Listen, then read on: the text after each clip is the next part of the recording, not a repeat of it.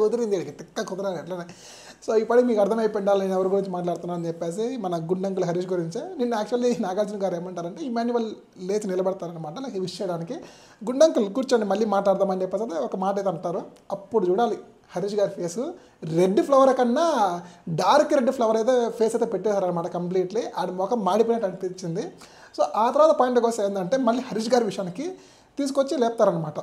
నిన్న ఎపిసోడ్లో నాకు కొంచెం బాగా సాటిస్ఫాక్షన్ అనిపించిన మూమెంట్ ఏంటంటే ఆయన ఎప్పుడైతే ఈ తనుజాని భరణిని ఇంకా ఇమాన్యువల్ని ఇద్దరు ఆడవాళ్ళు ఇద్దరు మగవాళ్ళు ఒక ఆడమతో నేను గొడవపడ్డా అనుకుంటున్నాను, కానీ ముగ్గురు ఆడవాళ్ళతో నేను గొడవపడ్డా అని చెప్పేసి అయితే ఇప్పుడు నాకు అర్థమైంది అని చెప్పేసి ఒక పాయింట్ అంటారు కదా, అది ప్రియాతో.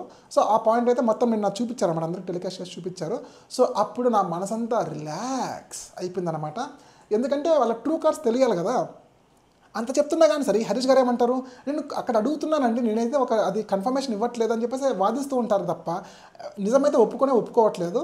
ఇంకో పాయింట్ ఏంటంటే ఆయన గుండంకుల్ అన్నందుకు ఆయన ఏదో పాయింట్అవుట్ చేసి బాడీ షేమింగ్ అని చెప్పేసి ఆయన దగ్గర నెగిటివ్గా పోర్ట్రే చేస్తున్నారు కదా లైక్ ఇమాన్యువల్ గారి గురించి. అది నేనైతే కన్ఫర్మేషన్ వచ్చేసింది అనమాట. ఆయన ఇంటెన్షనల్గా అనలేదు, జస్ట్ ఒక కామెడీ కోసం మాత్రమే అన్నారు తప్ప ఇంటెన్షనల్గా అయితే అనింది అయితే కాదు అని చెప్పేసి.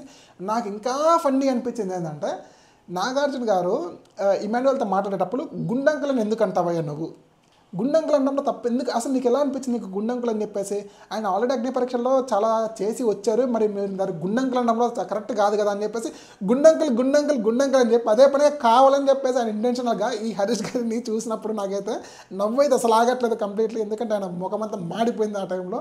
నాకైతే నిన్న హరీష్ గారి గురించి ఇట్లా బాగా గుండంకులు అని చెప్పేసి ఇది మొత్తం ఫుటేజ్ చూపించినప్పుడు అయితే రిలాక్స్డ్గా అనిపించింది, నాకైతే చాలా మంచిగా అనిపించింది, సాటిస్ఫై అయ్యాయి అనమాట నేనైతే ఫస్ట్.